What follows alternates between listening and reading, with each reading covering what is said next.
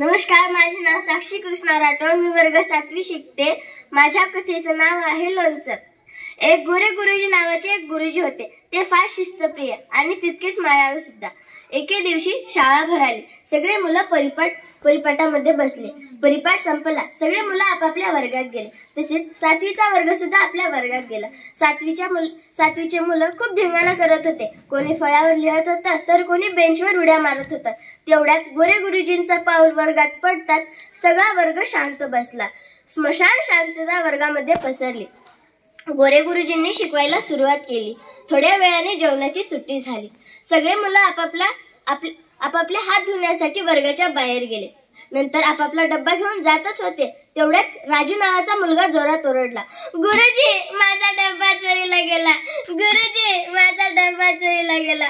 असा जोरात तो रडू लागला. गोरे गुरुजी त्याला म्हणाले, अरे, चोरीला गेला नसेल, इकडे तिकडे पडलेला असेल, जा शोध. नंतर तो शोधू लागला, पण राजूचा डब्बा काही सापडेना. त्याचे मित्र त्याला म्हणू लागले की आजच्या दिवस तो आमच्यामध्ये जेवण कर. नंतर राजू कसं बसत 2-3 घास खातो आणि आपल्या बेंचवर जाऊन बसतो. गोरे गुरुजी वर्गात येतात आणि आपापलं शिकवायला सुरुवात करतात. थोड्या वेळाने शाळा सुटते. सगळे मुलं आपापल्या घरी जात असताना सगळ्या मुलांच्या तोंडातून एकच चर्चा निघत असते.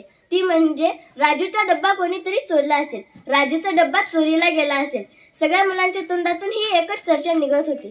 सगळे मुलं आपापल्या घरी पोहोचले. दुसरा दिवस तसाच घडला. सगळे मुलं शाळेत आले. शाळा भरली. परिपाठ सुरूच होता. थोड्या वेळाने परिपाठ संपला. सगळे मुलं आपापल्या वर्गात गेले. पण 7वीचा वर्ग अजून धिंगाणा करत होता. कोणी बेंचवर नाचत होता तर कोणी खुर्च्यावर बसून मास्तरासारखं वागत होता. नंतर गोरे गुरुजींचा वर्गात पाऊल पडताच सगळा वर्ग शांत बसला. वर्गामध्ये स्मशान शांतता पसरली. गोरे गुरुजींनी शिकवायला सुरुवात केली. थोड्या वेळाने जेवणाची सुट्टी झाली. सगळे मुलं हात धुण्यासाठी वर्गाच्या बाहेर गेले आणि आपापला डब्बा घेऊन जेवण करण्यासाठी वर्गाच्या बाहेर गेले. नंतर एक श्याम नावाचा मुलगा सगळ्यांच्या दप्तर चेक करत होता. तेव्हा रामच्या दप्तरामध्ये राजूचा डब्बा सापडतो. तो जोरात ओरडतो, सर, चोर सापडला. गुरुजी, चोर सापडला. असं तो जोरात ओरडू लागतो. नंतर काही मुलं त्याच्याकडे येतात.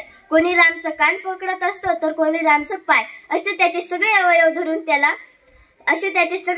धरून त्याला गोरे गुरुजींच्याकडे ओरपाटत नेतात. नंतर गोरे गुरुजी त्यांना म्हणतात, अरे, ह्या रामला असं ओरपाटत का आणतात तुम्ही? तेव्हा ते मुलं म्हणतात, गुरुजी, हाच तो चोर, ज्याने राजूचा डब्बा चोरला, हाच तो चोर. नंतर गोरे गुरुजी त्याला जवळ घेतात. त्याला प्रेमाने विचारतात, का रे रामू, डब्बा चोरलास का? तो म्हणतो, खरं सांग, डब्बा चोरलास का? तो म्हणतो, नंतर गोरे गुरुजींना राग येतो. ते पारावर चढतात. कारण तो खोटं बोलत होता म्हणून ते त्याच्या पेकाटात एक जोरात लाथ मारतात. राम खाली पडतो आणि त्याच्या तोंडातून लोणच्याची फोड बाहेर पडते. मुलं दंगा करतात, गुरुजी, बघा, लोणच्याची फोड. राजूच्या डब्यात ही लोणच्याची फोड होती. बघा, ह्याने ती लोणच्याची फोड खाल्ली. नंतर गोरे गुरुजी रामूला वर्गामध्ये नेतात आणि त्याला म्हणतात, का रे गाढवा, डब्बा चोरलास? का डब्बा चोरलास तू?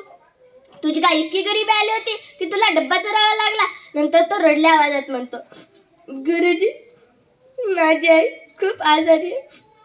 तिला खूप ताप आली आहे. माझ्या आईनं म्हटलं की शेजाऱ्याकडून एक लोणच्याची फोड आणि 2 भाकरी आण. मी शेजाऱ्याकडे कुठं मागायला जाऊ, म्हणून मी चोरी केली. गुरुजी, शपथ, आजपासून कधी चोरी करणार नाही. असं तो रडू लागला. नंतर गोरे गुरुजी त्याला जवळ घेतात आणि त्याला म्हणतात, का रे रामू, तू जर मला म्हटलं असता तर मी तुझ्या आईसाठी डबा आणला असता. तुला चोरी करायची काय गरज होती? बघ, आता उद्यापासून चोरी करायची नाही. तुझ्या आईसाठी उद्यापासून मी डबा आणतो. नंतर शाळा सुटते. सगळे मुलं आपापल्या घरी जातात. नंतर गोरे गुरुजी सकाळी 3ऱ्या दिवशी गोरे गुरुजी उठतात. नंतर ते रामूच्या आईसाठी डब्बा तयार करतात आणि एका खुंटीला अडकून ठेवतात. शाळा भरायला खूप वेळ आहे म्हणून ते पेपर वाचत बसतात. तेव्हा काही मुलं पळत येतात. गोरे गुरुजी त्याला म्हणतात, का रे मुलांना, इतक्या पळत का आलात? काही झालंय का? नंतर ते मुलं म्हणतात, गुरुजी, रामची गेली. काय? रामची गेली? गोरे गुरुजींना धक्काच बसतो. ते म्हणतात, रामूच्या आईसाठी आणलेला डब्बा खुंटीतच अडकून राहिला. रामच्या आईसाठी आणलेला डब्बा खुंटीतच अडकून राहिला. धन्यवाद.